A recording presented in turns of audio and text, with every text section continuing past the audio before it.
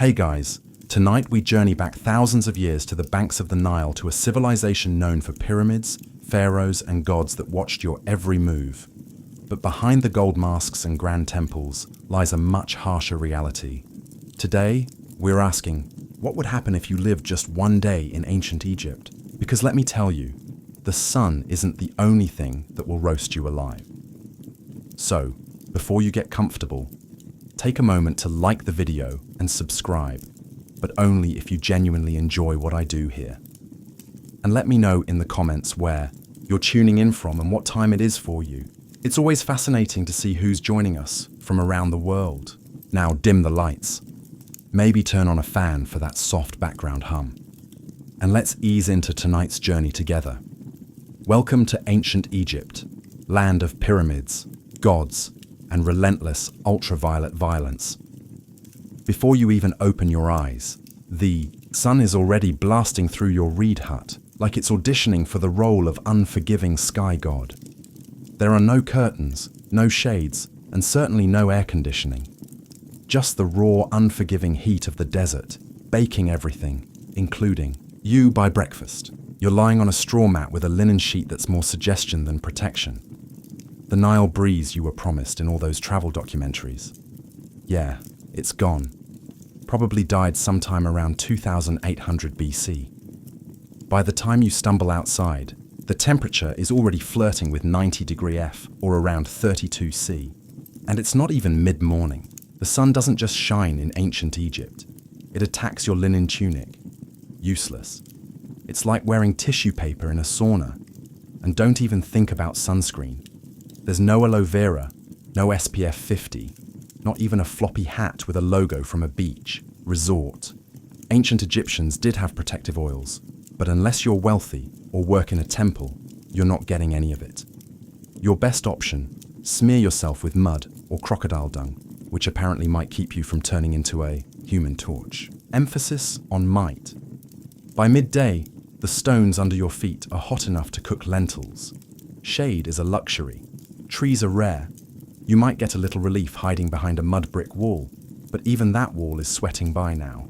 You, on the other hand, look like someone threw you into a clay oven and forgot to set a timer. And you better not complain. Ra, the sun god, is watching. And in ancient Egypt, the sun wasn't just weather. It was divine authority.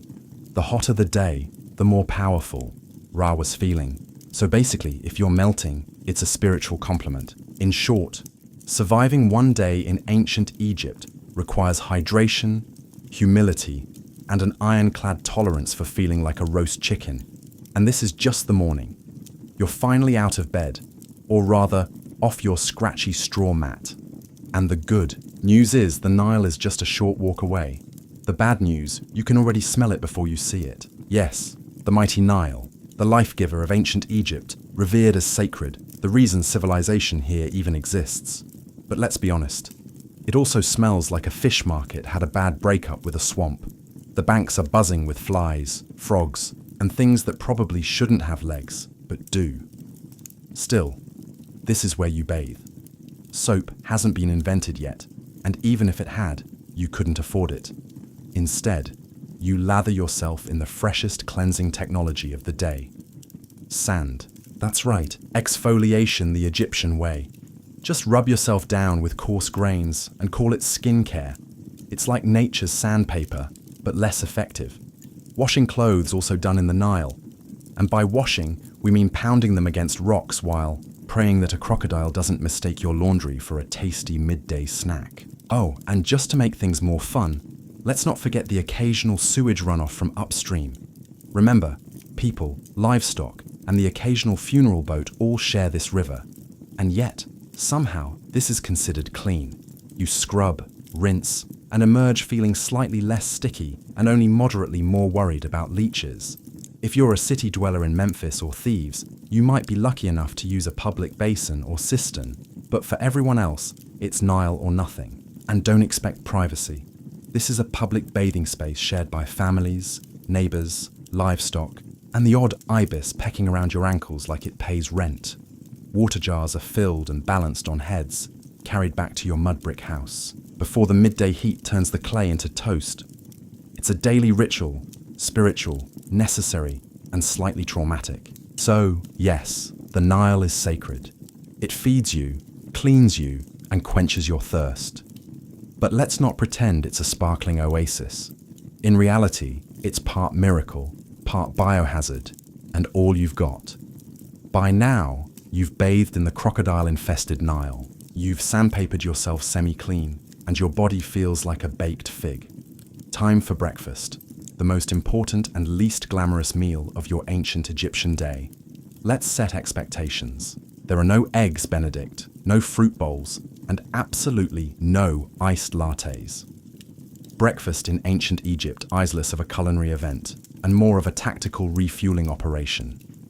You sit on a low stool if you have one, or just squat in the corner like everyone else. The centerpiece of your meal, bread, lots of it, dense, coarse, and often as chewy as a leather sandal. It's made from emmer wheat or barley and baked in clay ovens that may or may not be shared by the local rats. And don't be surprised if there's sand in your slice. Not as a topping, just an uninvited ingredient from the grinding stones. A daily dose of minerals, you could say. Then comes the beer. But don't get excited. This isn't crisp, bubbly craft ale. This is thick, cloudy, lukewarm, liquid bread. More porridge than pint. It's packed with calories and vaguely fermented. A medieval smoothie with the faint taste of sour cereal and survival. Even children drink it, not to be edgy, but because it's safer than water. At least the brewing process boils out the parasites. Unlike the Nile, which we just discussed is basically a petri dish. If you're lucky, and we mean very lucky, you might get an onion or a few dried dates to go with your carbon foam combo. Protein. Only if someone caught a fish and didn't immediately eat it raw. And as you chew your rock-like loaf and sip your grain sludge, flies buzz around you like it's a buffet, because it is. For them. You swat at them with one hand, hold your cup with the other, and try not to think too hard about the fact that this is likely the best meal you'll have today. Breakfast in ancient Egypt isn't about flavor, it's about function.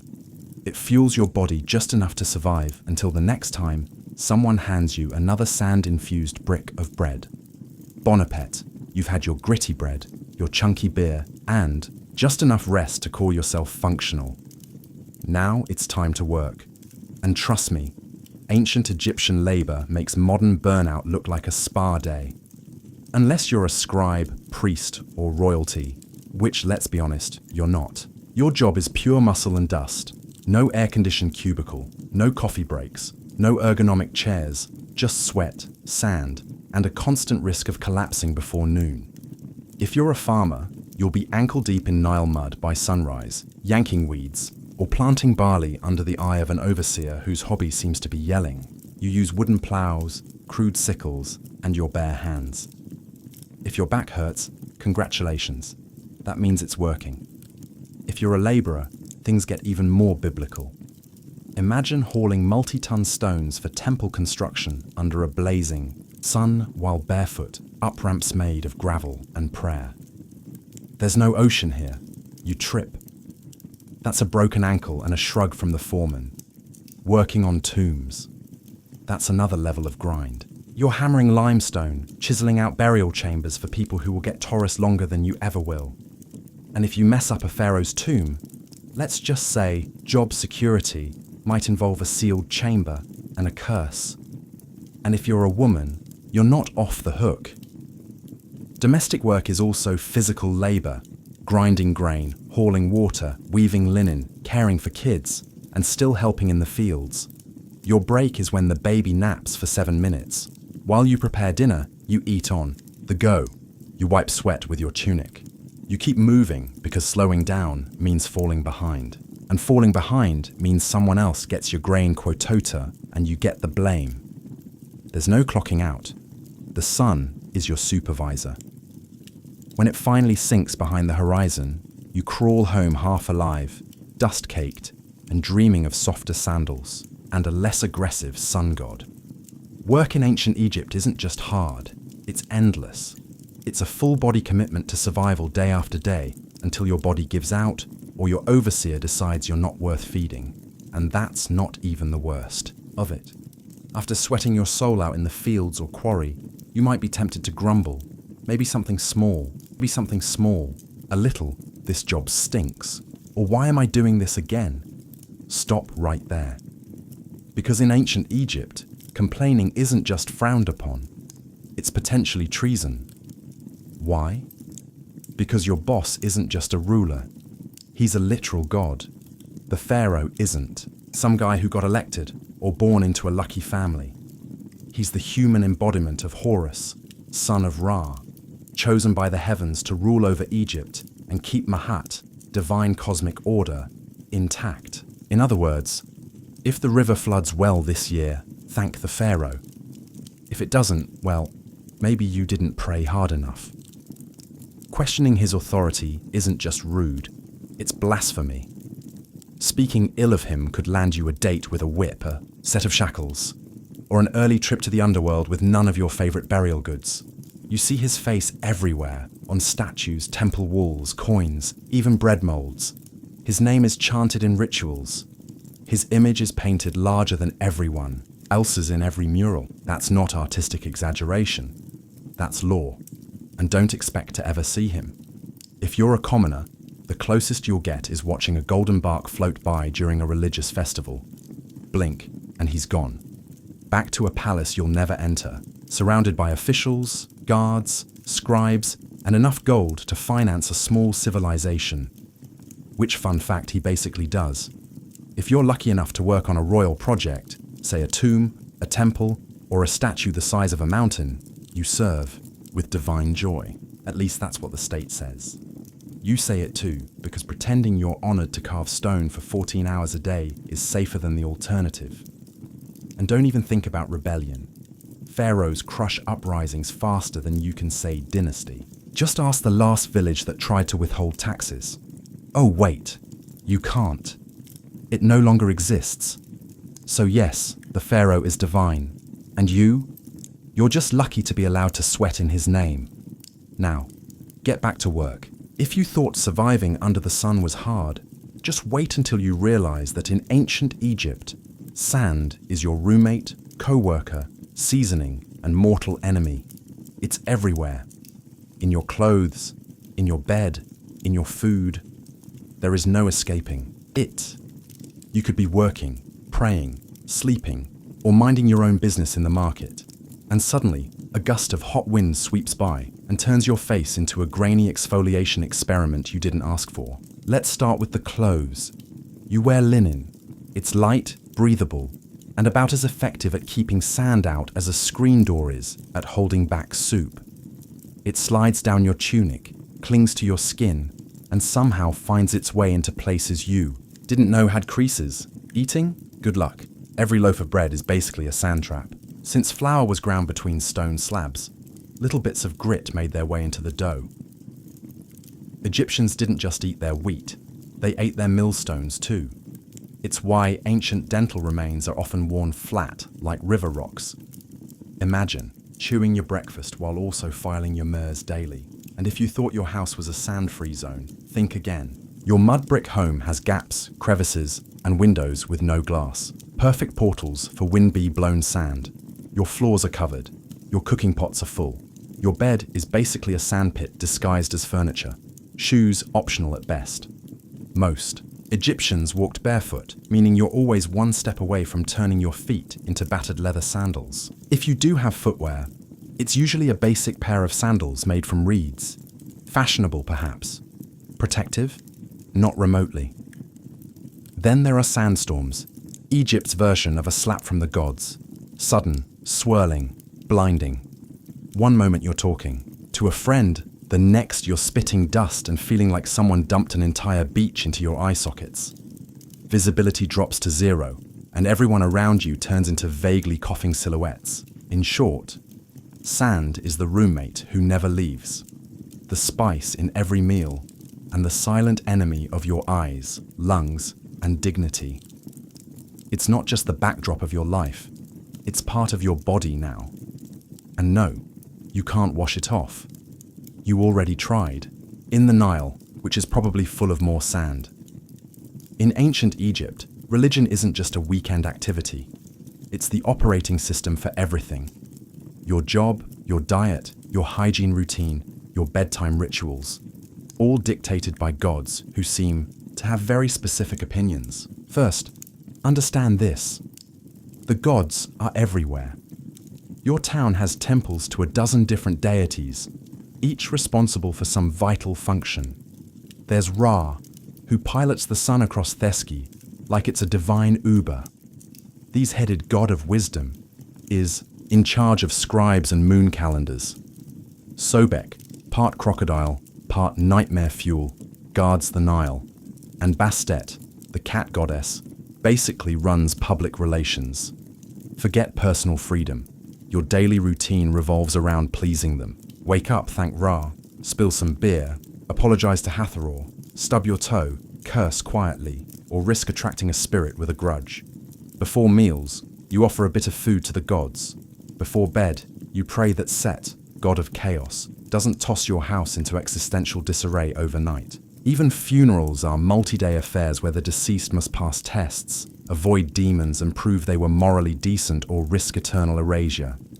Speaking of the afterlife, ancient Egyptians took it very seriously. You don't just die and move on. You must pass a judgment process involving your heart being weighed against a feather of truth. If your heart's heavier because of lies, cruelty, or maybe stealing someone's goat, you're eaten by Amit, a creature with the head of a crocodile, the body of a lion, and the legs of your worst nightmare. So yes, even in death, you're still on probation. But here's the twist. This complex belief system isn't depressing, it's comforting. Egyptians believed life was part of a cosmic balance, and if you followed the rituals and upheld Mahat, the principle of truth and order, you had a chance at a peaceful eternity, complete with food, family, and maybe a boat. Of course, the richer you were, the more gods seemed to notice you. Temples were massive, priests were powerful, and peasants, well, they just hoped the gods were feeling generous that day. Because in ancient Egypt, faith isn't optional. It's your job description, your insurance plan, and your travel itinerary for the next life.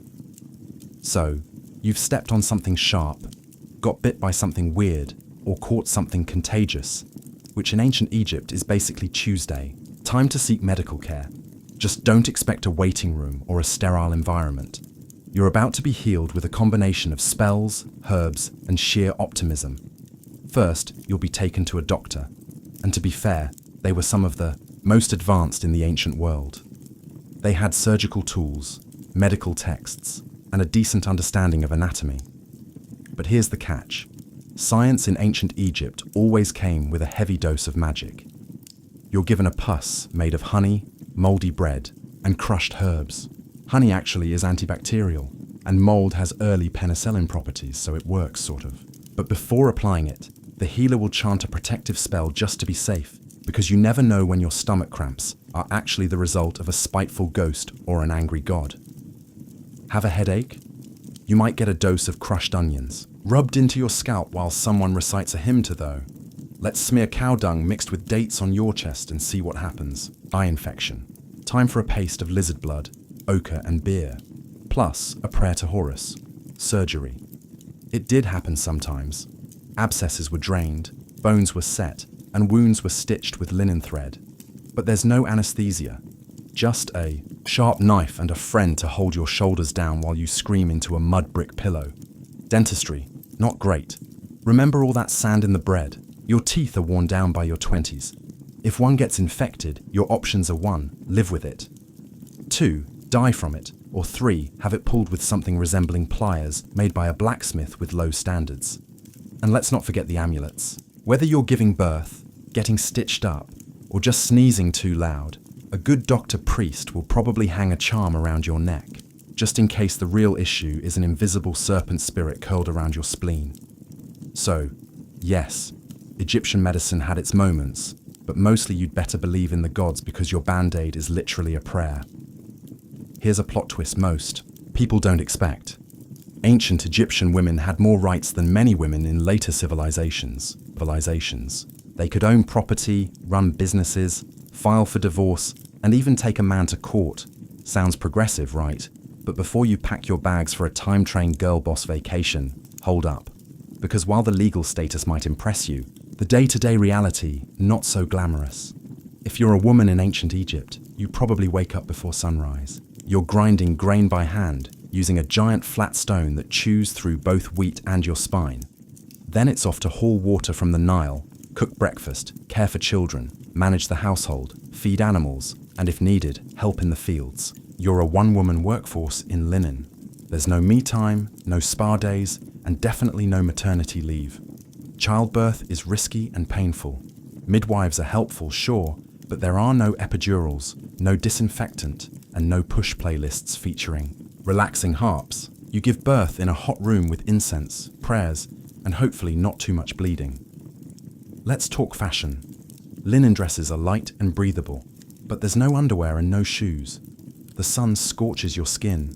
The sand grinds into everything, and the bugs think you're an all-you-can-eat buffet. Want makeup? Great. Egyptian women did wear cosmetics, but it's lead-based and applied with sticks that look suspiciously like toothpicks. Now, if you're lucky enough to be born into a wealthy family, things are better. You might read, write, manage estate accounts, or become a priestess. If you're born royal, you could even become pharaoh like Hatshepsut or Cleopatra who ruled, with brilliance and terrifying eyeliner. But if you're poor, your status may be legal, but your reality is physical.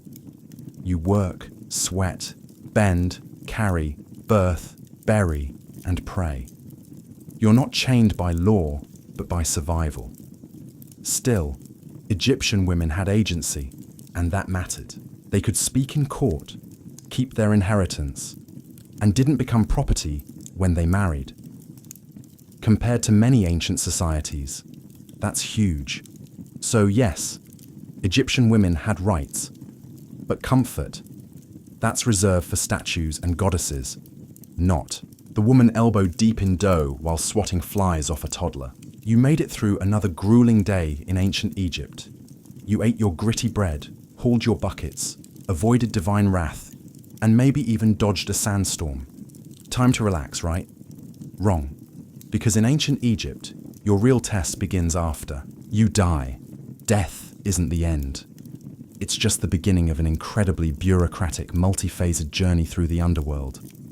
And if you thought the labor overseer was strict, wait until you meet the gods of judgment. First, your soul takes a trip to the Hall of Mahat.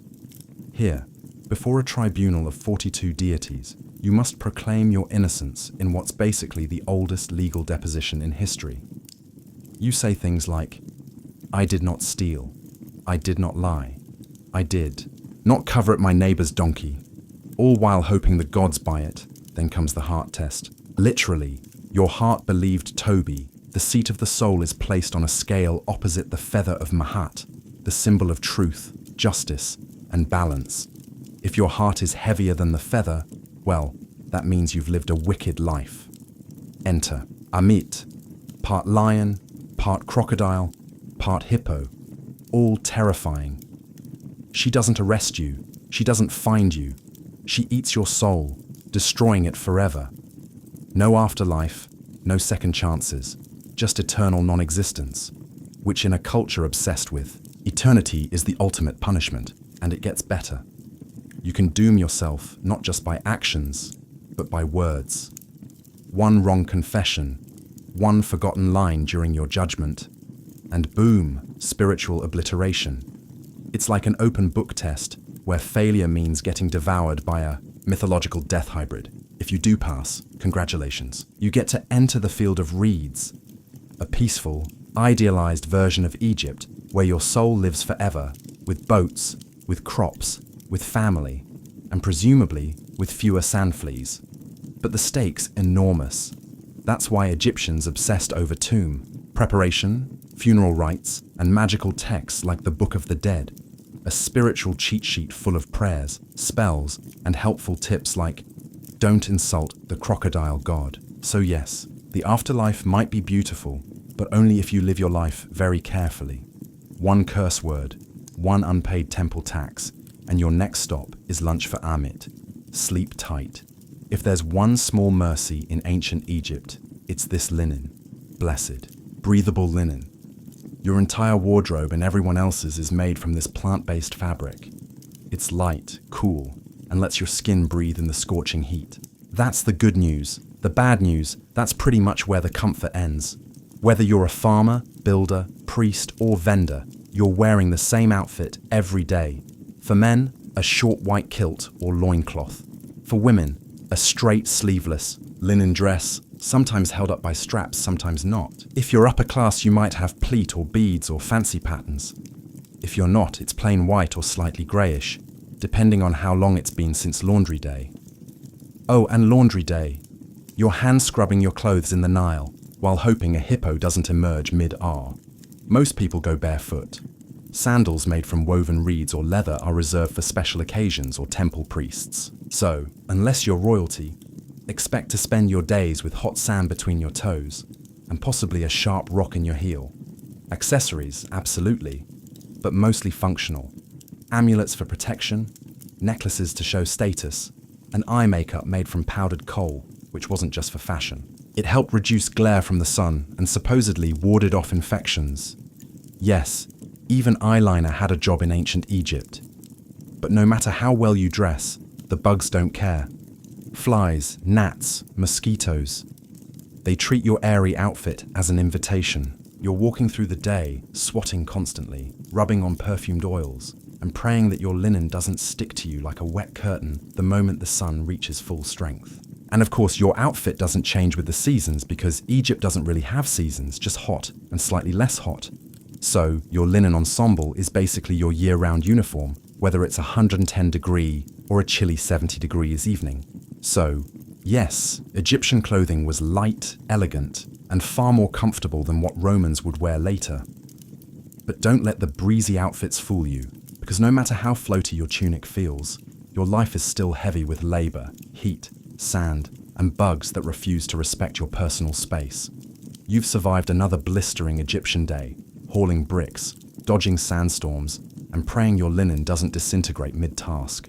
But in ancient Egypt, survival is always temporary, because no matter how tough you are, you probably won't live past 35. Let's break it down. If you make it past childhood, which is already an achievement considering infant mortality rates were sky-high, you're thrust straight into adulthood by age 13. Marriage, work, and child-rearing all start early because honestly, you're running out of time. You might die from heat stroke, or an infected cut or childbirth, or crocodiles or scorpion stings or bad bread.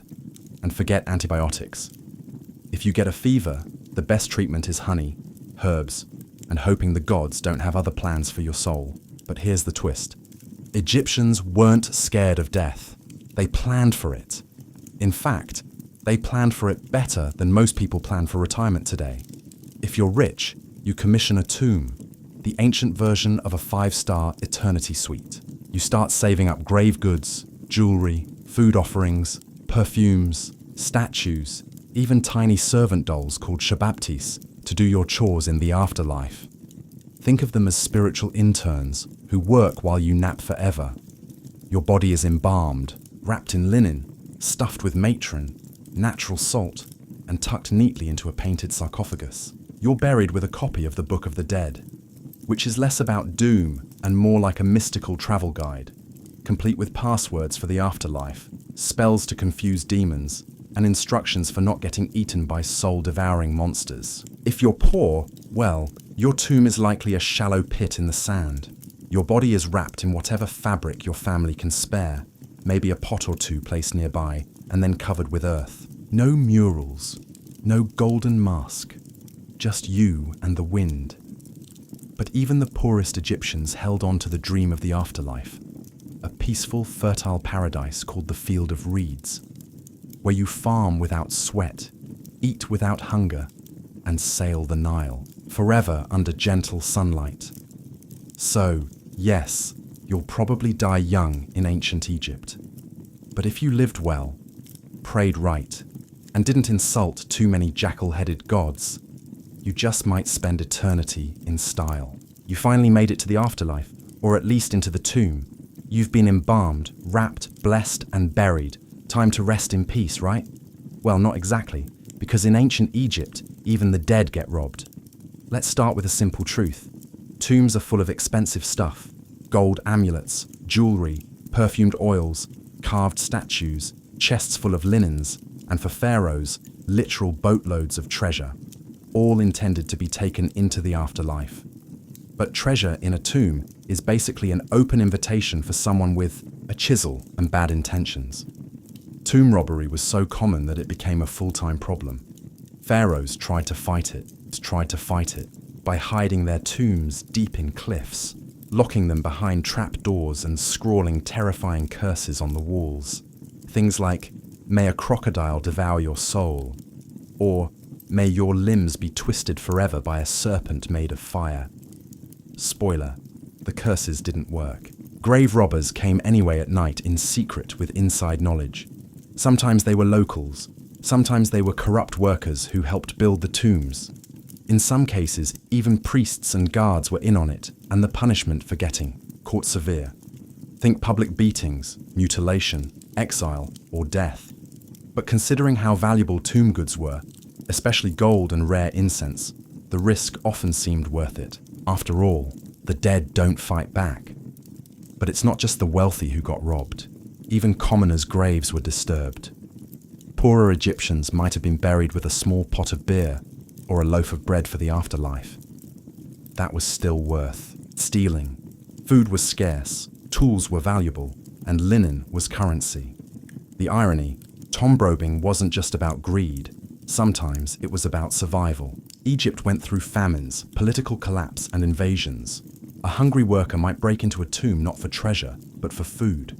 And when your children are starving, a few funeral offerings look less like sacred objects and more like dinner. So in ancient Egypt, you're not safe just because you're dead. Your tomb can be looted, your name erased, and your mummy unwrapped by some desperate soul with a pickaxe and poor moral judgment.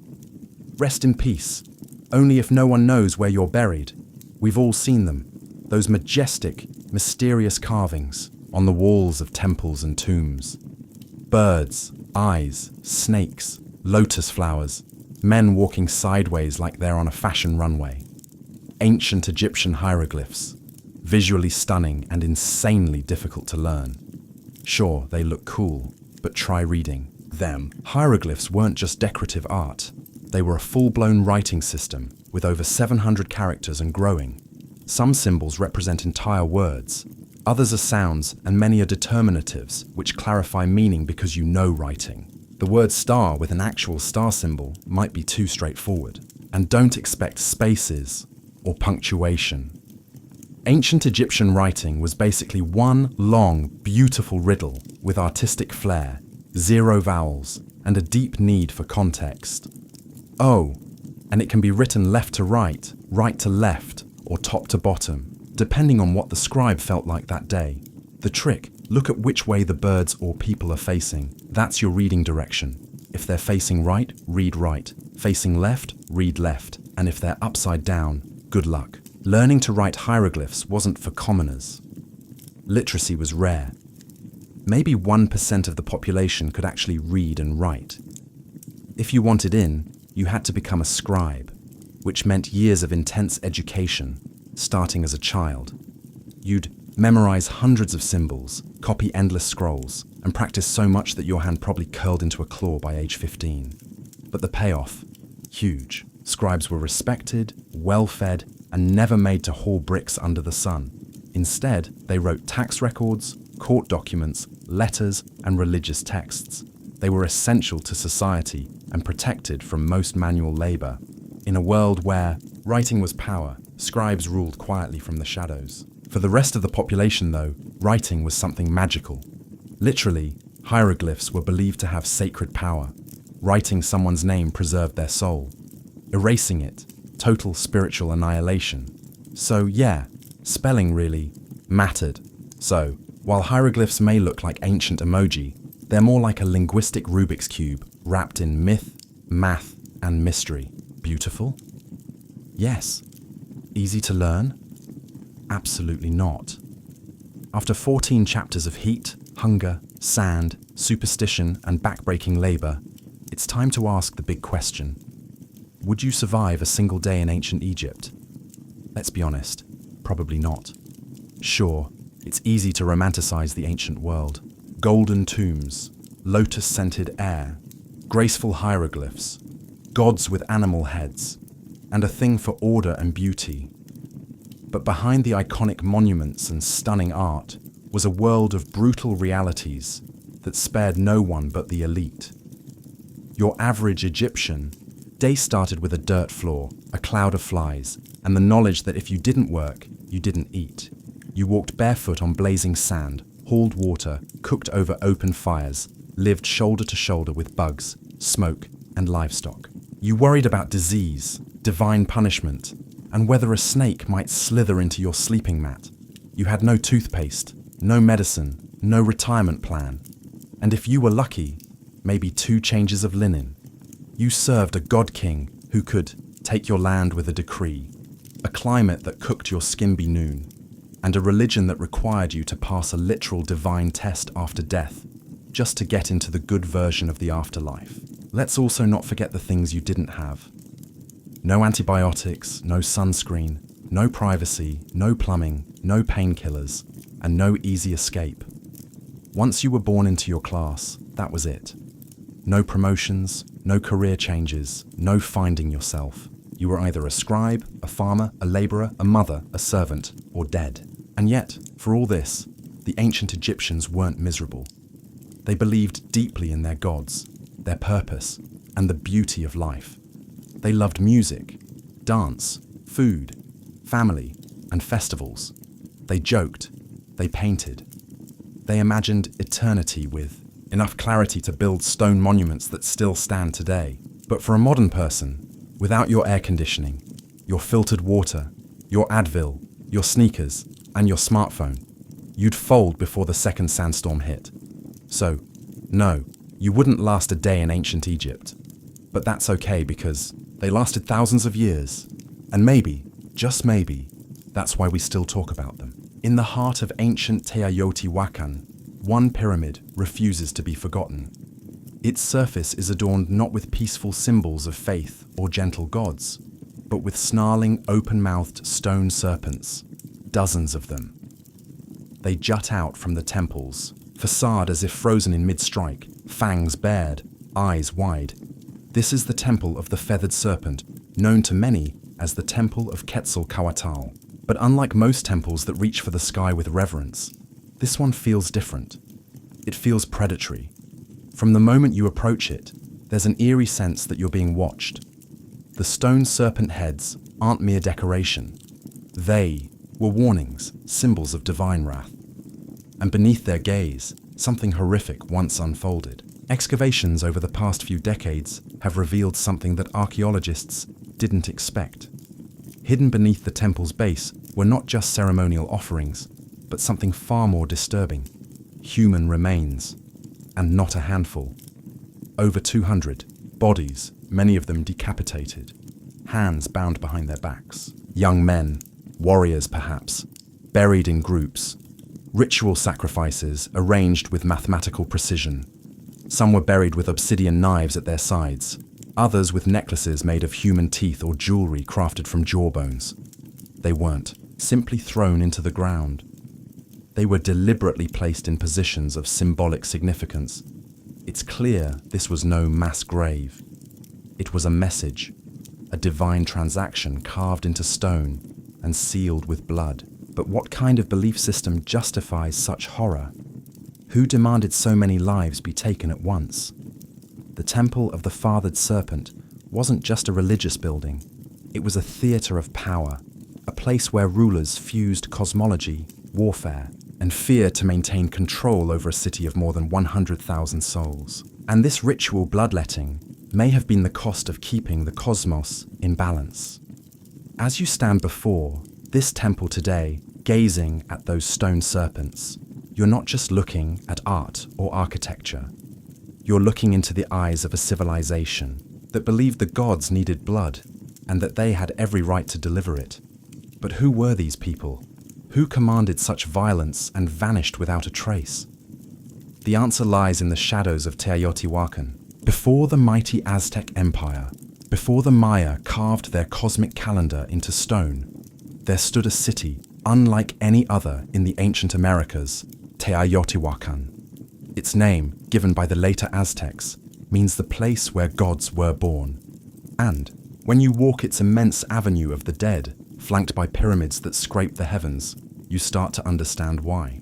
At its height around 100 to 250 CE, Teotihuacan was a sprawling metropolis of over 100,000 people, making it one of the largest cities in the world at the time, rivaling ancient Rome, Alexandria, and Chang'an in size and influence. It was a city meticulously planned, wide boulevards, gritted streets, apartment compounds housing extended families, multi-story structures made from volcanic stone, and at the center of it all, 3 massive pyramids. The Pyramid of the Moon, the Pyramid of the Sun, and the Temple of the Feathered Serpent. But here's what makes Teotihuacan different. No one knows who built it. Seriously, to this day, we don't know the name of the people who constructed this place. We don't even know what they called themselves. There are no written records, no kings' names carved into stone. Teotihuacan seems to have been a society ruled not by a single monarch, but perhaps by a council, a theocracy, or something altogether foreign to our understanding of ancient power. And despite this anonymity, their influence was colossal. Evidence of Teotihuacan's power has been found hundreds of miles away, from the Maya cities of Tekal and Copan to the distant Zapoch capital of Monte Alban. Obsidian blades, ceramic, styles, murals, and even political meddling. In one case, Teotihuacan emissaries may have helped overthrow a local Maya king to install a ruler more favorable to their interests. But how did they maintain such a vast network?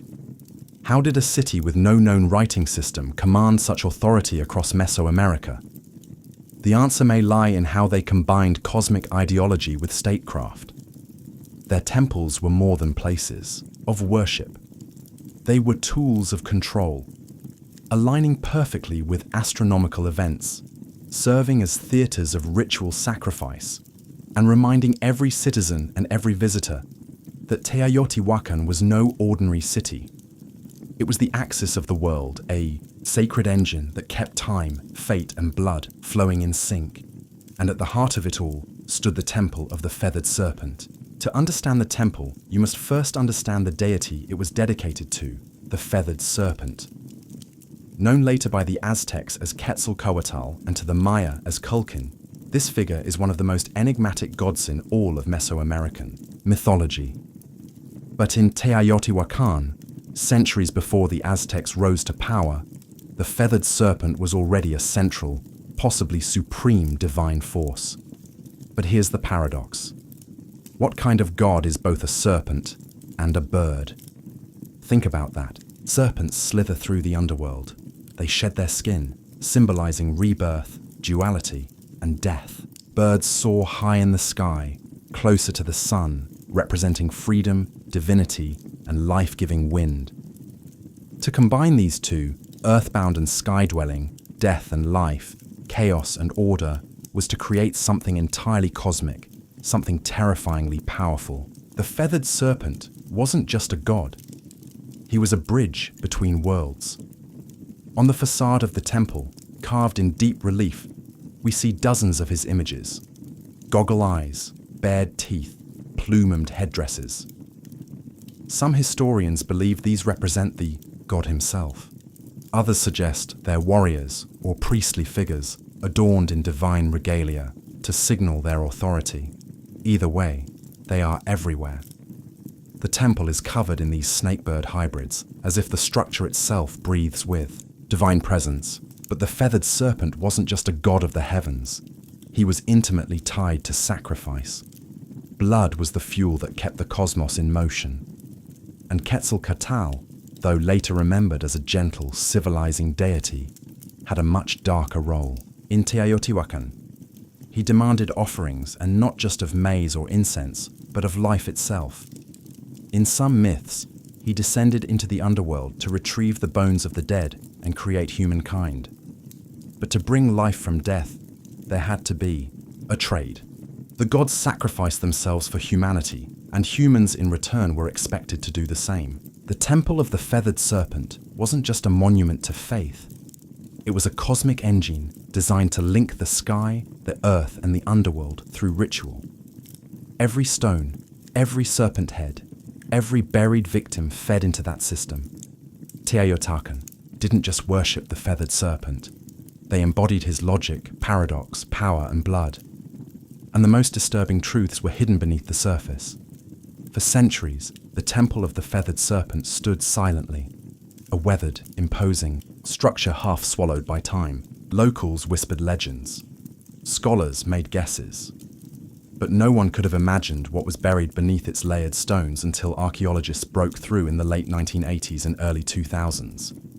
What they found wasn't just unexpected, it was unsettling. Hidden beneath the temple's foundations were a series of long, sealed chambers and pits, each filled with carefully arranged human remains.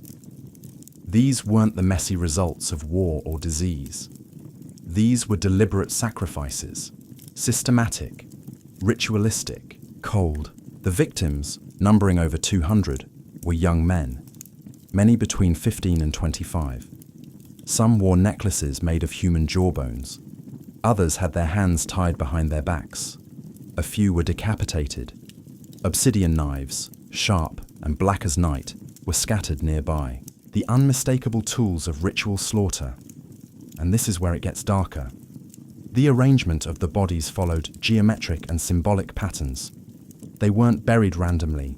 They were placed in quadrants, cardinal directions, possibly to mirror the cosmos. Even the number of bodies mattered. It wasn't just about death. It was about meaningful death. Offerings surrounded the victims. Jaguar bones, serpents, exotic shells from the distant Gulf Coast, figurines, and obsidian blades that had never been used in battle. This wasn't punishment. It was a gift.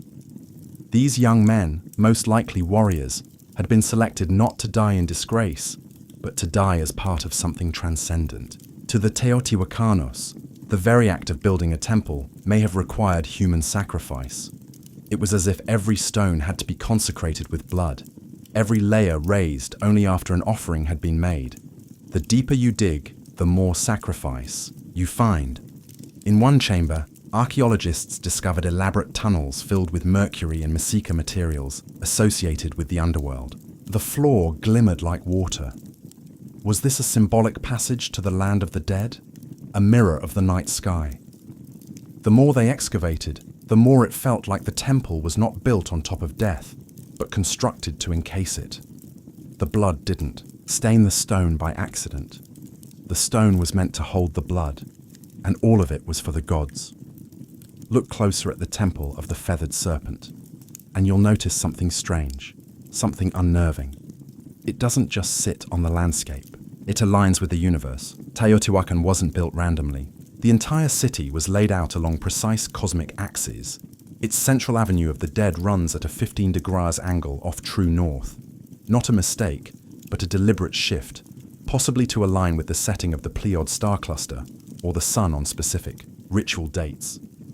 The Temple of the Feathered Serpent sits directly along this avenue, locking it into a grand celestial blueprint. But why? What were they trying to align with? Archaeologists and archaeoistas have debated this for decades. Some suggest the temple lines up with the equinox sunrise. Others argue it connects to Venus, the planet most sacred to Mesoamerican civilizations, often associated with war, sacrifice, and rebirth. When Venus rose or set, wars were declared, offerings made, and temples activated with ritual fire. Even the temple's dimensions seem intentional. The repetition of the number 7, the number of visible planetary bodies, appears in its step platforms. There's symmetry, rhythm, and a stunning understanding of both earthly math and cosmic cycles.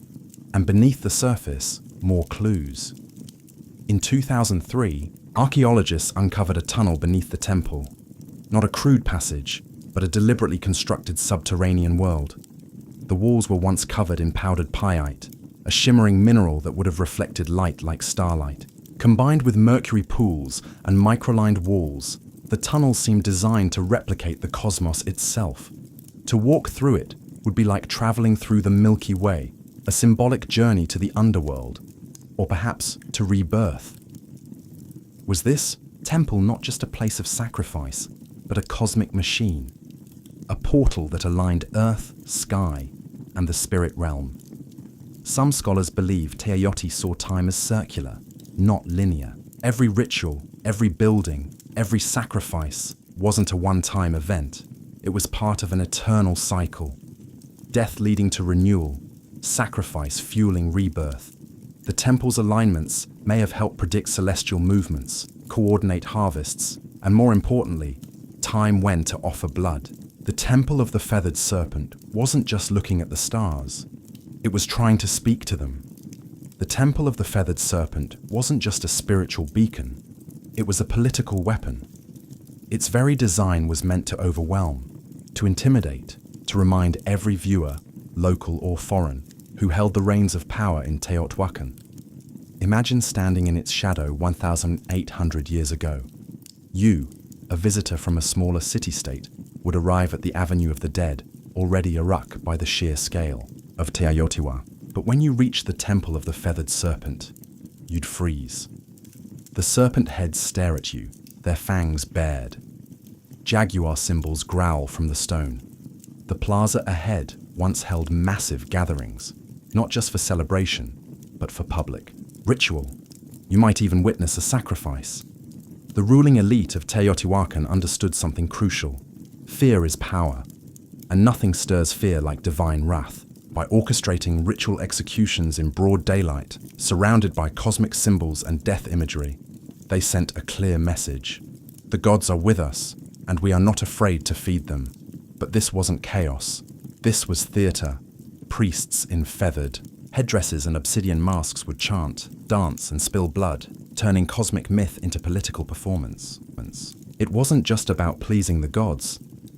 It was about reminding everyone watching that the city's rulers had direct access to the divine.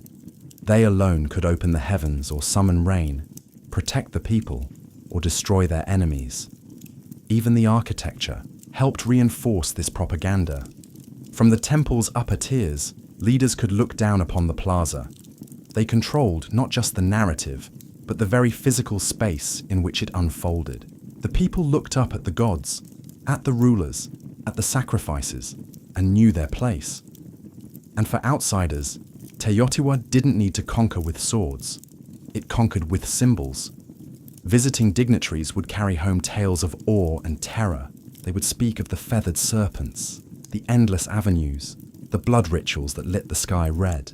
In a world where gods ruled through fear, Teotihuacan positioned itself as their chosen mouthpiece, and the Temple of the Feathered Serpent was the loudest voice of all. At its peak, Teotihuacan was the heartbeat of Mesoamerica, a city of fire and stone, of gods and blood, a city that seemed destined to last forever. But around the year 550 CE, something changed. Something broke, and the silence that followed was as chilling as the temple's stone serpent heads. The fall of Teotihuacan was not loud and glorious. It was gradual, then sudden. Signs of strain began appearing decades earlier. Signs that the cosmic engine was faltering. Evidence points to a long period of drought, crop failure, and social unrest. The very systems that had sustained this grand city, centralized power, religious dominance, cosmic order, began to crack under pressure. And then came the fire. Archaeologists have uncovered widespread burn layers across elite compounds, temples and administrative buildings, including signs of violent destruction at the Temple of the Feathered Serpent. What's strange is that the lower-ass residential areas were mostly untouched. This wasn't an external invasion. This was an uprising, a rebellion, possibly from within. The very people who once watched sacrifices in awe may have risen against their priest kings. The Temple of the Feathered Serpent, once a symbol of divine authority, was ransacked. Sculptures were defaced, fires were set, ritual spaces were desecrated, and then silence. Teotihuacan wasn't completely abandoned overnight, but it lost its soul. Trade networks collapsed, artistic production ceased, the great rituals stopped, the ruling elite disappeared, the temple no longer spoke, and yet, the mystery only deepened. Because while the city faded, its memory endured. Centuries later, the Aztecs arrived in the Valley of Mexico and stumbled upon its ruins. They were Aruk. They believed gods had built this place. They named it Teotihuacan, the place where gods were born. They built their own myths around its pyramids, revering it as sacred ground, even as they had no idea who its original builders were. To them, the Temple of the Feathered Serpent was not a ruin. It was a relic of divine truth. But the irony remains. The most powerful city of its time, built on cosmic order and blood, vanished without a written word, without a final record, leaving behind only stone and questions. The gods, it seemed, had gone quiet. For over 1,000 years, the Temple of the Feathered Serpent lay buried beneath layers of dust, volcanic ash, and silence. Locals avoided it. Farmers tilled around it, and the world forgot it until the modern age of archaeology arrived and cracked open the secrets buried within its heart. In the early 20th century, Mexican archaeologists began excavating Teotihuacan. What they found was astonishing. A perfectly engineered city far older than the Aztecs. But it wasn't until the 1980s and 2000s that the temple itself began to yield its most intimate and most chilling revelations. One of the most dramatic discoveries came in 2011, when researchers uncovered a sealed tunnel beneath the temple of the Feathered Serpent. It had been deliberately closed off nearly 1,800 years earlier, as if to prevent anyone from entering ever again. After years of excavation, scientists unearthed a cosmic corridor, a symbolic underworld lined with pyite to mimic a starlit sky, pools of liquid mercury, and thousands of ritual objects, jade statues, rubber balls, obsidian blades, and even carved wooden masks. It felt less like a tomb and more like a message. Why would the ancient builders go to such lengths? What were they trying to preserve or hide? Some experts believe the tunnel was used in initiation rituals. Others suggest it symbolized the creation of the world, a mythological womb where gods were born, where kings were made, where divine order was negotiated between humans and the cosmos. The mercury, once thought to be only toxic, may have represented water or the fluid veil between worlds. And among all these glittering fragments was one persistent whisper. The feathered serpent still lingered not just as a myth, but as a presence, in murals, in carvings, in the geometry of the temple itself. The serpent hadn't disappeared. It had coiled inward deep into the bones of the city, waiting to be rediscovered. And with each excavation, each uncovered jawbone or golden ornament, we draw a little closer to its message. One carved not in language, but in stone, sacrifice and shadow. Modern science has given us X-rays, drones, and ground-penetrating radar. But even with all our tools, one truth remains. The temple still keeps secrets. Today, the Temple of the Feathered Serpent stands as a haunting monument, not just to a civilization long gone, but to a way of thinking that merged power, cosmos, and death into one unbreakable system. Tourists snap photos. Children run past the stone serpent heads. But the ground beneath their feet is soaked in 1,000 untold stories and over 200 known human sacrifices. And still, the temple endures. Its legacy is not just architectural, it's psychological, spiritual, cultural. The feathered serpent, this paradoxical god of sky and earth, continued to evolve. He would be adopted by the Toltecs, then reborn by the Aztecs as Quetzalcoatl, where his myth took on a gentler tone. The bringer of knowledge, the god who wept. For humanity, the one who vowed to return. This reimagining of the serpent god shows how myths don't die, they transform. Even in modern Mexico, echoes of the feathered serpent persist in art, in murals, in literature, and in national identity. The temple's image has appeared on coins, stamps, and even government buildings.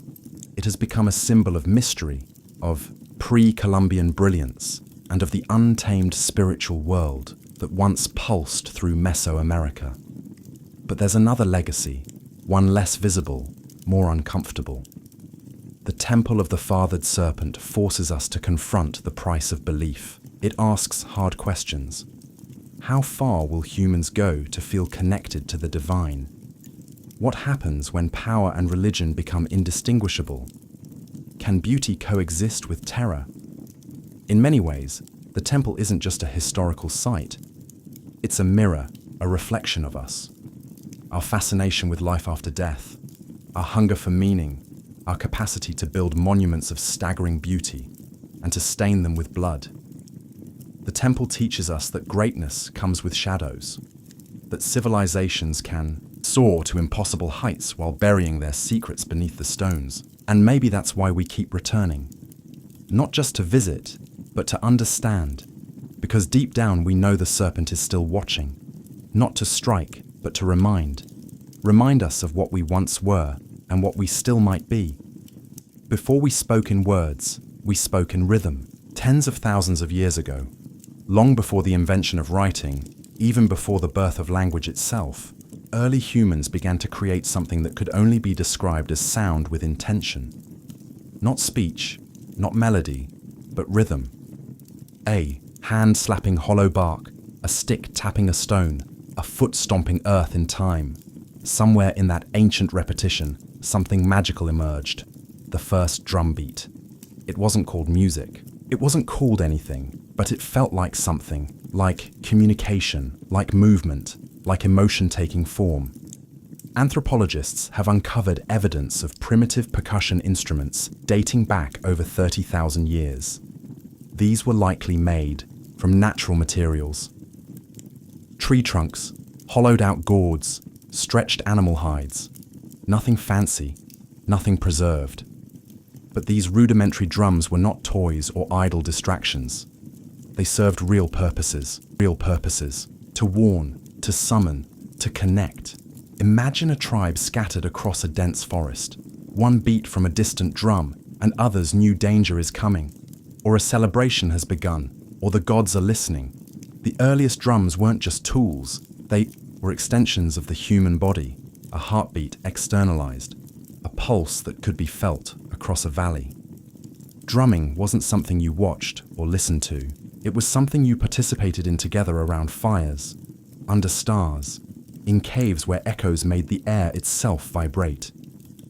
These ancient rhythms became a language of emotion, joy, grief, warning, hope, all expressed not in syllables or symbols, but in patterned sound. Before the first flutes were carved, before string instruments were dreamed of, the drum was already alive, anchoring us in time, giving shape to ritual, and uniting individuals into tribes. In that way, the drum became humanity's first instrument, and perhaps its first form of collective identity. No matter where on earth people lived, they created something to strike, something to beat, something to mark the moment. Because even when we had no words, we had rhythm. And that rhythm was everything. In the cradle of early human civilization, drums were not just instruments. They were sacred voices. Every tribe, every culture, every corner of the earth developed its own rhythm. But the purpose was nearly universal, to commune with the unseen. In Africa, where some of the world's earliest drums emerged, rhythm was deeply intertwined with life, death, and ancestry. The gamba carved from a single tree and wrapped in goatskin was believed to contain 3 spirits. That of the tree it was carved from the animal, whose skin gave it voice, and the craftsman who brought it to life. Played in circles, the gem didn't just accompany rituals, it was the ritual. Then there were the talking drums, capable of mimicking human speech through pitch and tone. In West Africa, these drums carried messages across miles, relaying news, warnings, births, and deaths from one village to the next. Long before the telephone, humans were already drumming their messages through the landscape. Across the oceans, Native American tribes treated the drum as a living entity. It was the heartbeat of Mother Earth, played in ceremonies to honor ancestors, summon healing, or guide the souls of the dead. The large powwow drum played by a circle of drummers was both a musical and spiritual engine, a communal pulse that aligned humans with nature and spirit. In Australia, the Aboriginal people used clapsticks and percussive stomps in the sacred.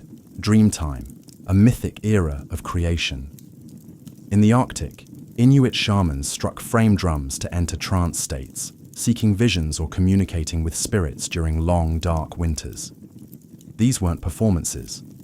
These were acts of survival, healing, storytelling, and connection. To drum was to remember. To drum was to belong. And always, it was communal. Drums brought people together into sacred circles, synchronizing hearts and intentions. No sheet music, no stage, just bodies moving, hands striking, souls stirring, all unified by rhythm. It didn't matter where on earth you stood. If you heard a drum in the distance, you knew something sacred was happening, something that words alone could never express. From sacred circles to bloody battlefields, the drum has always spoken, sometimes with comfort and sometimes with command. As human societies evolved into kingdoms and empires, drums transformed into tools of domination, instruments of order, and weapons of fear. The earliest armies didn't have radios or megaphones, they had drums. In ancient China, massive drums called baowe struck to coordinate troops across vast terrains. With a single resonant boom, commanders could signal a charge, retreat, or flanking maneuver. These drums weren't just loud, they were strategic. Each rhythm meant something specific, and trained soldiers knew how to listen, even through the chaos of battle. In Mesopotamia, temple drums were used to announce rulers and summon the public. But in times of conflict, they echoed through city walls, terrifying enemies with a deep, relentless thunder. It wasn't just percussion, it was psychological warfare. When the Romans marched, they brought with them the tympanum, a frame drum used in processions, and by cults like that of Sibyl. Though not a battlefield instrument in the way horns and standards were, it carried symbolic power, a sound of empire, discipline, and order. But no army wielded drums quite like the Ottomans. Their metab bands, the world's first known military orchestras, unleashed an overwhelming storm of drums, cymbals, and horns before battles. The relentless pounding of curse, giant kettle drums, and davul, double-headed bass drums, struck terror into the hearts of enemy forces. Some European accounts describe soldiers freezing in panic before even seeing the Ottomans paralyzed by sound. Drums also enforced power off the battlefield. In royal courts across Asia, Africa, and Europe, drum ensembles announced arrivals, marked coronations, and underscored political rituals. To beat a drum was to declare, power is present. Even enslaved people in the Americas used drums as tools of resistance. On plantations, rhythmic communication kept culture alive and helped orchestrate secret rebellions. The drum, even under oppression, refused to be silenced. So whether it signaled divine right, military discipline, or raw fear, the drum has always carried a message. This is who rules. This is who marches. And this is the rhythm of power. As civilizations branched out across continents, so too did their rhythms, evolving in form, purpose, and philosophy. In the East, drums became tools of precision, spirituality, and ceremony. In the West, they leaned into military power and eventually orchestral grandeur. Two worlds, two paths, one heartbeat. In India, the drum became a sacred instrument of divine language. The tabla, with its crisp tones and fluid grace, was used in classical music and devotional performances. But it was more than accompaniment. It was conversation. Each stroke had a name, a meaning, a syllabic identity. Indian drumming wasn't just percussive. It was spoken poetry trained over decades. The table player was not just a musician. He was a linguist of rhythm. In Japan, the Tao drum emerged as a ceremonial giant, played in Shinto rituals, theater, and war.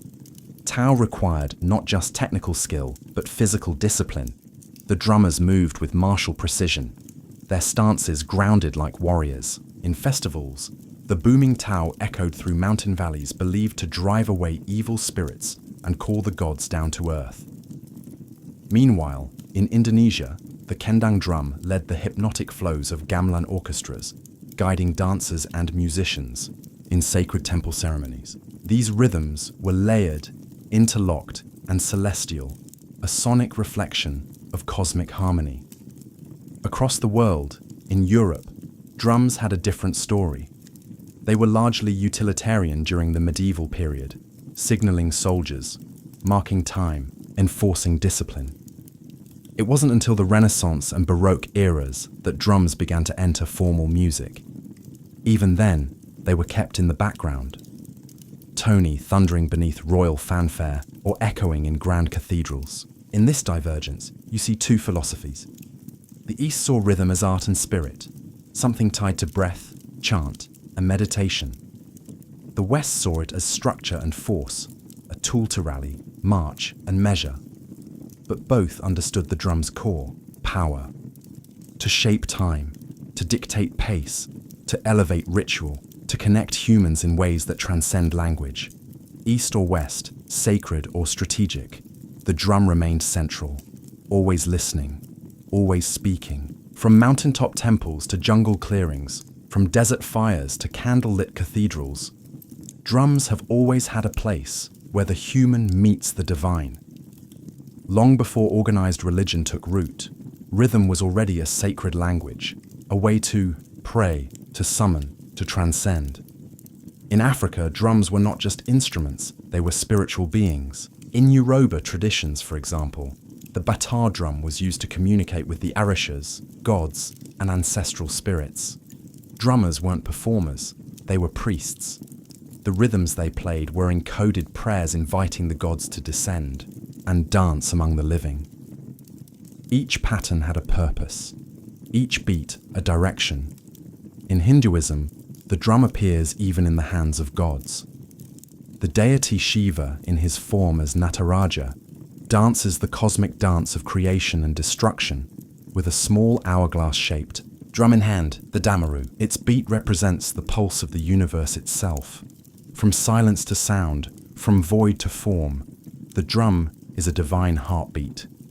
In Buddhism, the ritual frame drum is used in monastic chants and meditation ceremonies.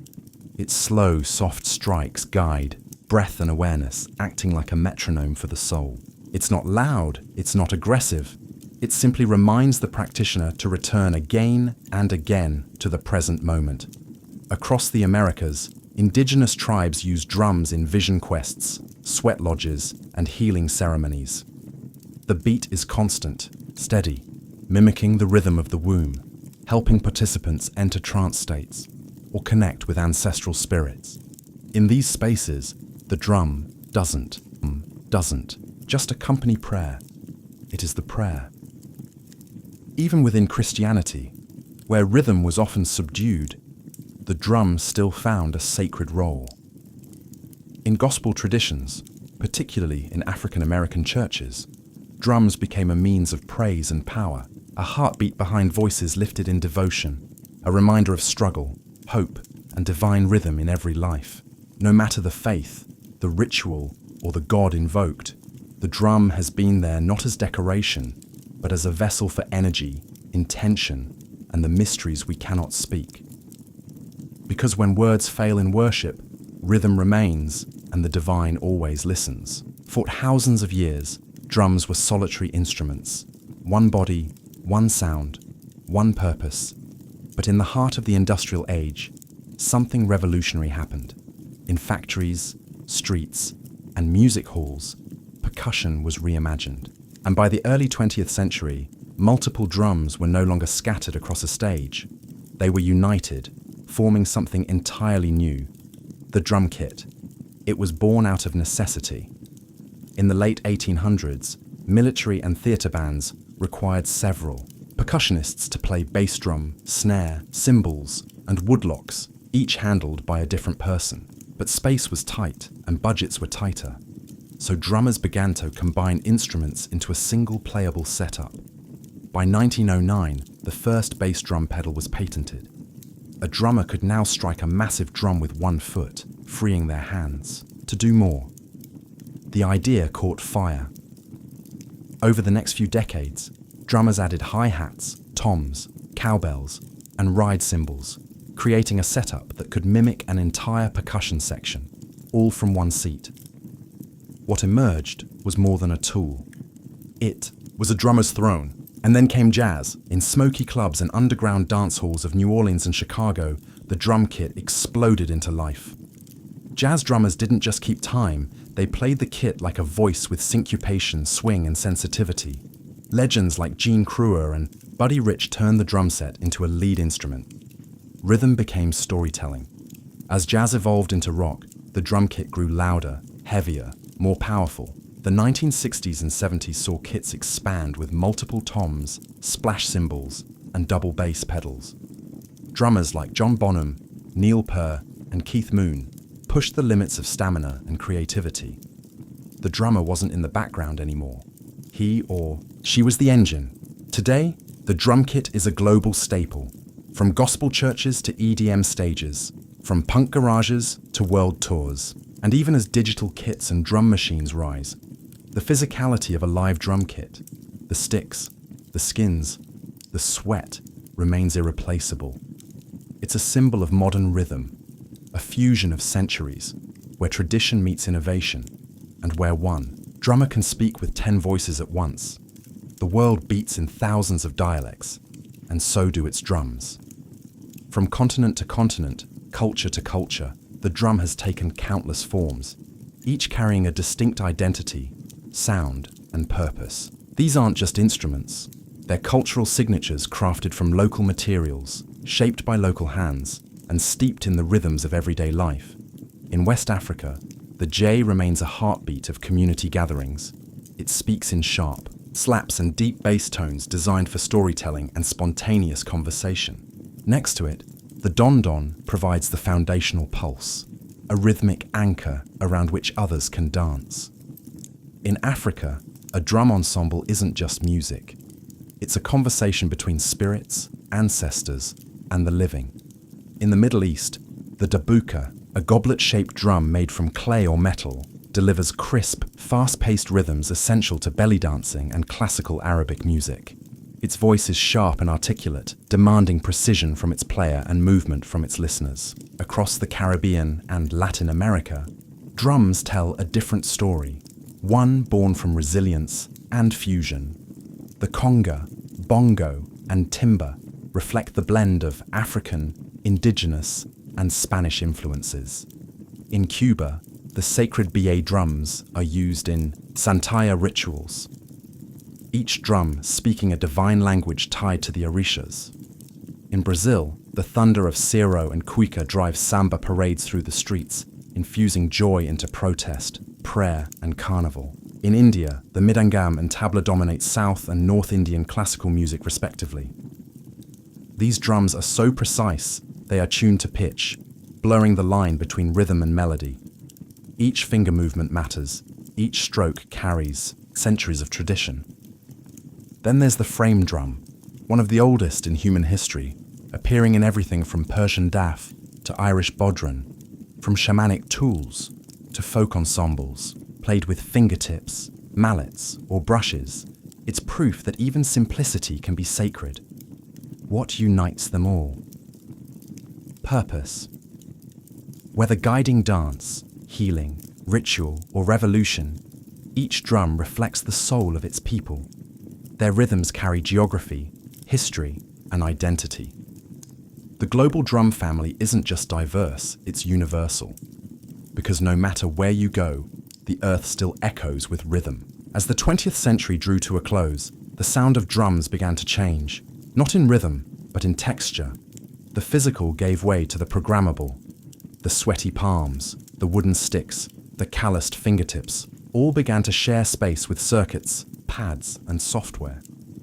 The age of digital drums had arrived. It began in the 1970s with primitive drum machines. Early devices like the Rhythmicon and Roland CR78 that used analog circuits to simulate basic beats. At first, they sounded robotic, even awkward, but musicians saw something else: consistency, control, and endless possibility. Then came a revolution. In 1980, Roland released the TR-808, A drum machine so iconic, its deep, booming kick and crisp snare would go on to define entire genres. Hip-hop, techno, electro, and trap were all born in part from its synthetic pulse. It was no longer about mimicking acoustic drums. It was about creating new sounds entirely. As digital audio progressed, so did the tools. Electronic drum kits, like the Roland FE drums, allowed drummers to play naturally while triggering thousands of sampled or synthesized tones. Artists could now rehearse silently, record without microphones, and switch drum kits with the press of a button. And with computers came digital audio workstations, DAWs like Ableton, FL Studio, and Logic. Now, anyone with a laptop could build complex rhythms, layering kicks, snares, hi-hats, and sub-bass into vast sonic architectures. Finger drumming on MIDI pads became an art form of its own. Some feared this shift meant the death of traditional drumming, a replacement of human feel with cold precision. But that didn't happen. Instead, hybridity emerged. Acoustic drummers began integrating triggers and samples into their kits. Producers started layering human-played drums with machine beats. The organic and the synthetic found a groove together. Digital drums didn't erase the past. They reimagined it. And today, we live in a world where a single person in a bedroom can build rhythms once requiring entire orchestras, where ancient grooves from Africa, Asia, and the Americas can be sampled, twisted, and given new life in neon-lit dance floors. The tools have changed, but the purpose remains the same: to move bodies, to shape time, to make silence speak. Across every era, every empire, and every evolution in technology, one thing has never changed. The drum remains our oldest and most enduring voice. From ancient fire circles to modern concert halls, from sacred rituals to digital dance floors, the drum has never been just about music. It's about connection to ourselves, to each other, to something bigger. It is the heartbeat we all share, not metaphorically, literally. Because even before we're born, nestled in the womb, the first rhythm we ever hear is that of our mother's heart. Steady, safe, alive. And when life begins, we chase that rhythm forever. The drum has been our companion through joy and war, through worship and protest. It has marched beside kings and risen with rebels. It has echoed through temples and subway, tunnels. It speaks in every language because it is a language, one that bypasses thought and speaks directly to the body, the bones, the blood. In moments of grief, we drum to mourn. In moments of ecstasy, we drum to celebrate. And in the quiet, spaces in between, we drum to remember who we are. Today, percussion continues to evolve.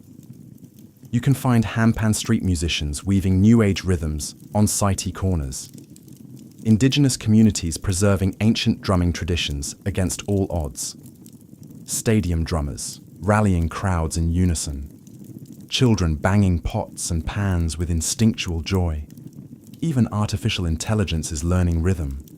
But no algorithm can replicate the human soul behind a single, imperfect beat. Because rhythm is not just counted, it's felt. And maybe that's why the drum has outlived empires and trends. Because deep down, we all crave the anchor of time, the shared pulse that tells us we are here together now. No matter how advanced our instruments become, or how virtual our experiences grow, there will always be something profoundly grounding about skin on skin, stick on hide, hand on wood, a beat, a breath, a beginning. The drum is not a relic of the past. It is a reminder that we were always meant to move in rhythm, to listen, to feel, to play. And as long as humanity endures, the drum will never be silent. Before Manhattan became a forest of glass and steel, it was an island of shadows, not cast by towers, but by church steeples and sloping rooftops. In the early 1800s, the skyline barely existed. The city clung to the southern tip of the island, a dense sprawl of brick-towners, timber-framed shops, and dirt-packed roads. Buildings rarely climbed beyond 5 or 6 stories, not because ambition was lacking, but because gravity had the final say.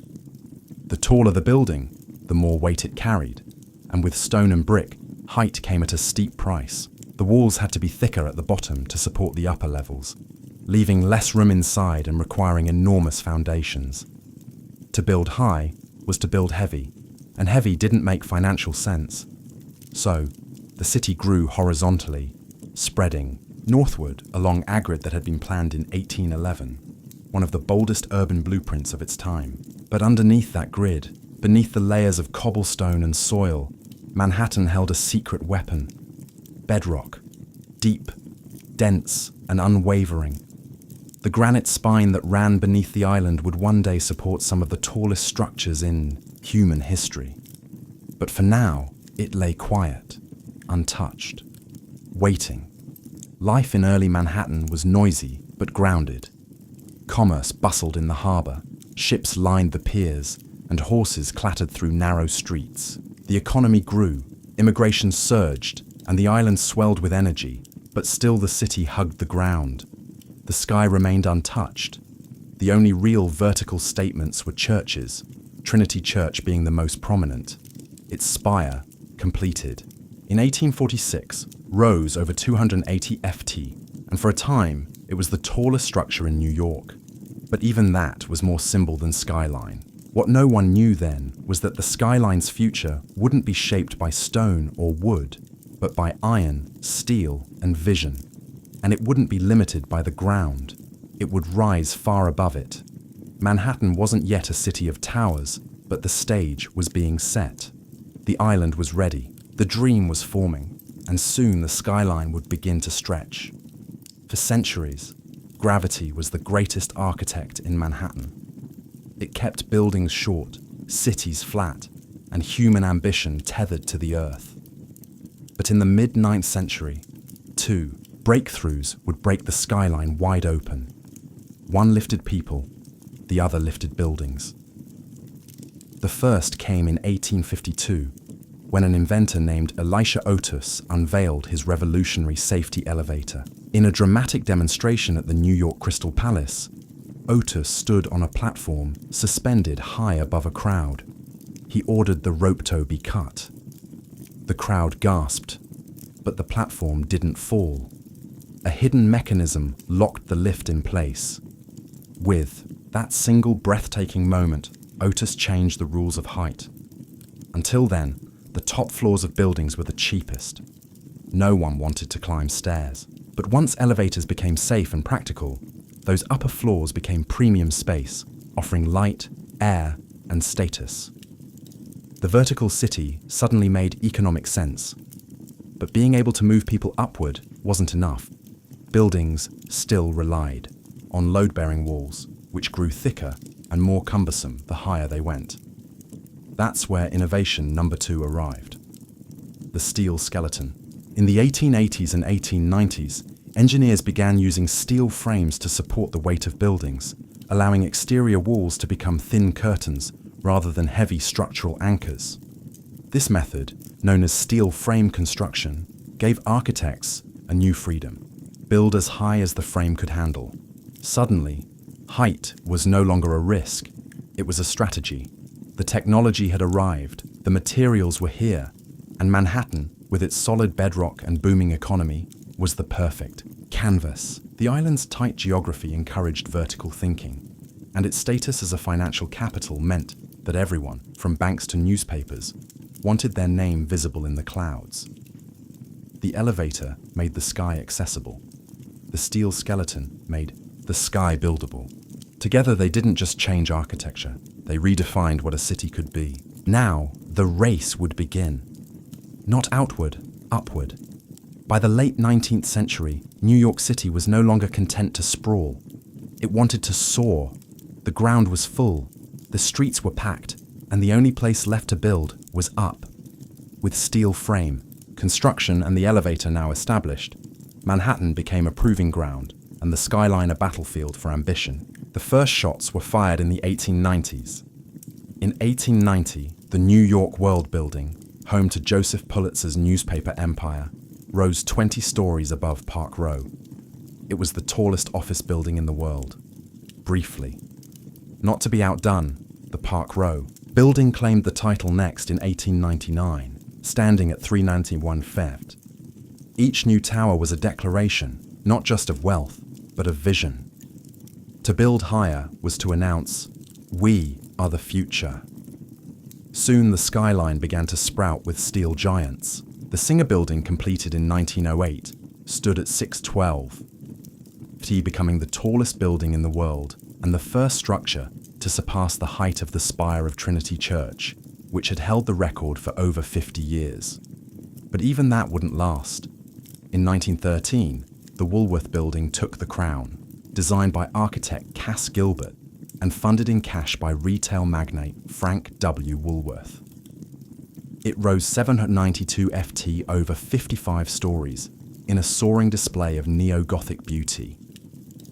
Dubbed the Cathedral of Commerce, the Woolworth wasn't just tall, it was majestic, an architectural sermon about America's rise as a modern power. But this wasn't just architectural competition. It was branding warfare. Corporations and institutions vied for the tallest, most distinctive buildings, towers that would etch their names into the sky. Every new height was a headline, every silhouette a symbol. The skyscraper became the ultimate billboard, permanent, imposing, impossible to ignore. And beneath it all, the rhythm of progress beat relentlessly. Steam shovels dug foundations into granite. Riveters hammered steel day and night. Immigrants and ironworkers balanced on beams hundreds of feet in the air with no harnesses, only grit and resolve. The skyline was no longer theoretical. It was real, and it was rising. As the 1920s roared through Manhattan, the skyline began to dance, not just climb. This was the era of Art Deco, a time when architecture wasn't only about height but style. The Jazz Age poured elegance into steel and stone, and New York's buildings became icons of movement, light, and energy. The most dazzling of them all was the Chrysler Building. Completed in 1930, it stood 146 ft tall, briefly becoming the tallest building in the world. Commissioned by car magnate Walter Chrysler, the tower wasn't just a monument to corporate success, it was a symphony of design. Its stainless steel spire, built in secret and hoisted into place overnight, shimmered in the sun like a crown. Ornamental eagles, modeled after hood ornaments, jutted from the corners like guardians of the future. With its curves, chevrons, and machine age detailing, the Chrysler Building didn't just scrape the sky, it seduced it. But the race wasn't over. Just a few blocks away, another titan was rising. The Empire State Building, completed in 1931 during the depths of the Great Depression, it soared to 1,350 ft, stealing the title from Chrysler and holding it for nearly 40 years. Built in just 10 days, with thousands of workers laboring through wind, snow, and steel dust, the Empire State wasn't just a building, it was a message. New York endures. While much of the country struggled, Manhattan pushed upward, and its buildings mirrored the era's dual identity: elegant but aggressive, optimistic yet competitive. The Art Deco style captured the contradictions of the time: geometric but graceful, modern but steeped in myth. Towers weren't just functional, they were sculpted, glowing at night like beacons of possibility. And yet, beneath all that glitter, there was purpose. These skyscrapers were built by barons and moguls who wanted more than profit. They wanted legacy, a permanent place in the skyline and in history. By the end of the 1930s, Manhattan's silhouette had taken shape. The city was no longer just a capital of finance, it was a cathedral of ambition. Skyline that didn't whisper progress, it shouted it. After World War II, Manhattan's skyline entered a new phase, one less ornamental, more corporate. The elegance of Art Deco gave way to glass, steel, and straight lines. America was now a global superpower, and New York was the front office of that empire. The skyline adapted accordingly, not with decorative spires, but with monuments of efficiency. In 1952, the United Nations headquarters rose on the East River, a bold, boxy glass tower flanked by low marble wings. It marked a shift in tone, global, diplomatic, futuristic. It wasn't just a building. It was an architectural statement about international order in the atomic age, and it set the tone for what would follow.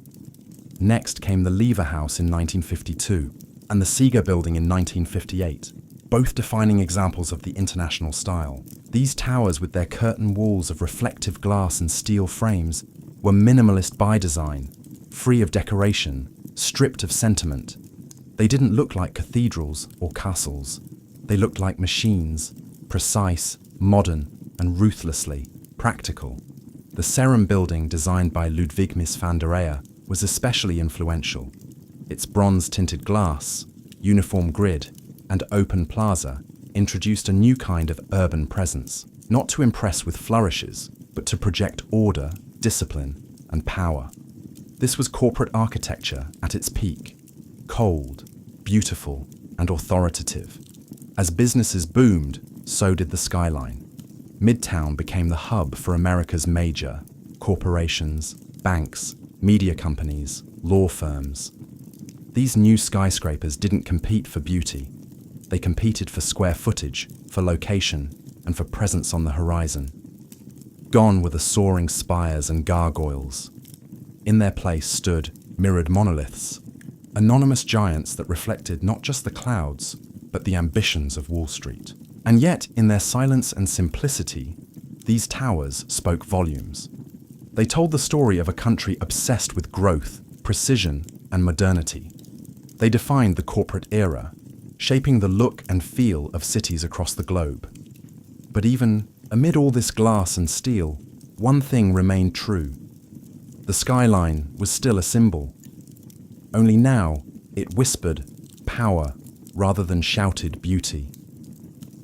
By the late 1960s, New York was already a vertical masterpiece, but it still had room to dream bigger. That dream took shape at the southern tip of Manhattan, where a pair of identical towers would soon alter the skyline forever. They were bold, controversial, and unlike anything the world had ever seen. They were the Twin Towers of the World Trade Center. Conceived as a hub for global commerce, the World Trade Center project was overseen by the Port Authority of New York and New Jersey. Architect Minoru Yamasaki designed the buildings with a radical minimalist approach. Vertical lines, aluminum cladding, no setbacks. Each tower would rise over 1.60 ft, dwarfing every building before them. The ambition wasn't just architectural, it was ideological, a statement of global connectivity, a new temple for capitalism. Construction began in 1966. To make room, an entire neighborhood, Radio Row, was raised. The foundations required a revolutionary technique known as the slurry wall, allowing engineers to build deep into the soft riverbed while holding back the Hudson. It was one of the most challenging engineering feats of its time. When completed in 1973, the Twin Towers weren't universally loved. Some critics called them sterile or boxy. Others mourned the loss of the ornate towers of the past. But to many, the towers were pure presence, bold, confident, and commanding. They didn't dance with the sky like the Chrysler. They didn't taper like the Empire State. They stood firm, twin pillars of certainty and scale. More than just buildings, the World Trade Center became an international symbol of business, of unity, of American might. People came from around the world to visit the observation decks, to dine at windows on the world, or simply to stare up in awe from the plaza below. For nearly 3 decades, the Twin Towers dominated Lower Manhattan. They anchored the skyline, giving it symmetry and gravitas. And while other cities built taller structures, none carried the iconic weight of those 2 towers rising side by side. The skyline had changed once again. This time, not with ornament or artistry, but with monumental ambition. On the morning of September 11, 2001, the Manhattan skyline changed forever, not by cranes or construction, but by violence and smoke. In less than 2 hours, the Twin Towers of the World Trade Center collapsed into dust, fire, and twisted steel. Thousands of lives were lost, and the 2 pillars that had once defined Lower Manhattan were gone. The attack wasn't just an assault on people or buildings, it was an assault on symbols. on what those towers stood for: commerce, modernity, freedom, ambition. For decades, the Twin Towers had defined the southern end of the island. Their clean, monolithic forms had become visual shorthand for New York itself. Now that skyline was fractured. In the days and weeks that followed, Lower Manhattan became a wound, open, smoldering, raw. Where once there had been height and light, there was only absence, and that absence echoed. Photographs of the skyline looked hollow. The familiar silhouette was broken, and the space that had once pulsed with global energy became known as Ground Zero. For the first time in a century, Manhattan wasn't building up. It was mourning. The city grieved, but it also endured. Steelworkers, firefighters, police officers, and volunteers poured into the site, not to construct, but to recover. Rubble was cleared. Lives were honored. Silence replaced the clang of iron. In a city always rushing forward, this was a forced pause. A long breath held in collective pain. But even in sorrow, New York did what it had always done. It looked up. Discussions about rebuilding were complicated, emotional, political. What should take the place of the towers? Should anything rise again? Could the skyline be restored without erasing the loss? For years, the hole in the ground remained. A reminder of what was and what was taken. It became sacred space. And yet, slowly, plans emerged. Designs were drafted. Cranes returned. Steel returned. Not to erase the tragedy, but to create something new beside it. But before anything was built, one truth stood clear. The skyline was no longer just a symbol of power or ambition. It had become a memorial, a silhouette shaped by both triumph and tragedy. And the story wasn't over. In the aftermath of devastation, a city known for speed, ambition, and movement paused, not to surrender, but to reimagine. Rebuilding the Manhattan skyline after 9/11 wasn't just a matter of architecture, it was a matter of identity. What would rise in place of the Twin Towers? Could anything? The answers came slowly. In 2003, a design by architect Daniel Libuskin was selected for the new World Trade Center site. It wasn't just about hate. It was about healing, memory, and renewal. The plan would blend commercial space with public memorials, parks, transportation, and light. It wasn't a return to what had been.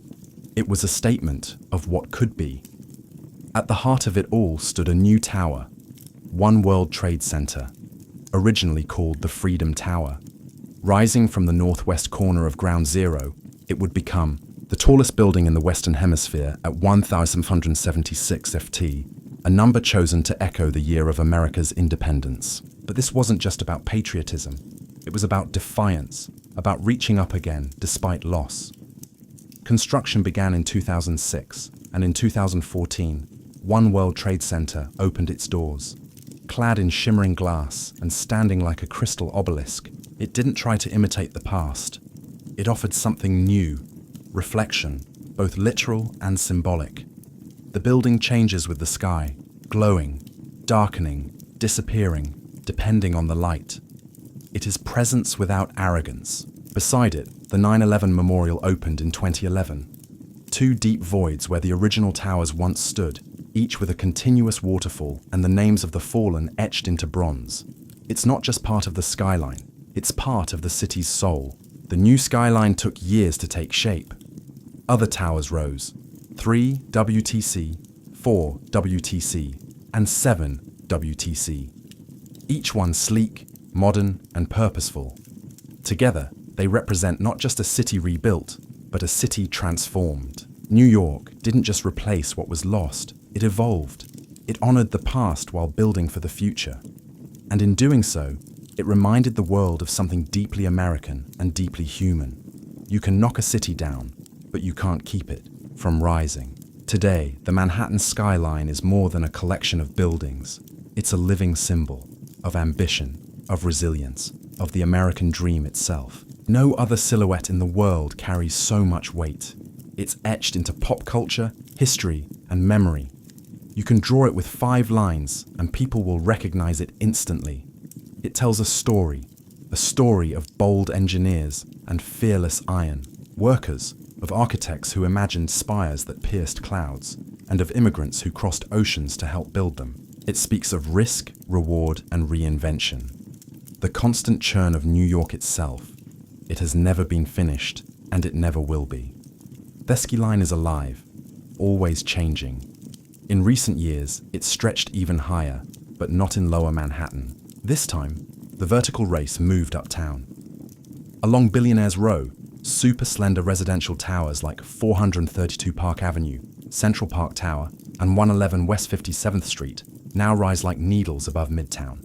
These skyscrapers are feats of engineering, pencil-thin, wind-ested, and made for the ultra-wealthy. Critics call them sky-piercing expressions of inequality. Others see them as marvels of modern ambition.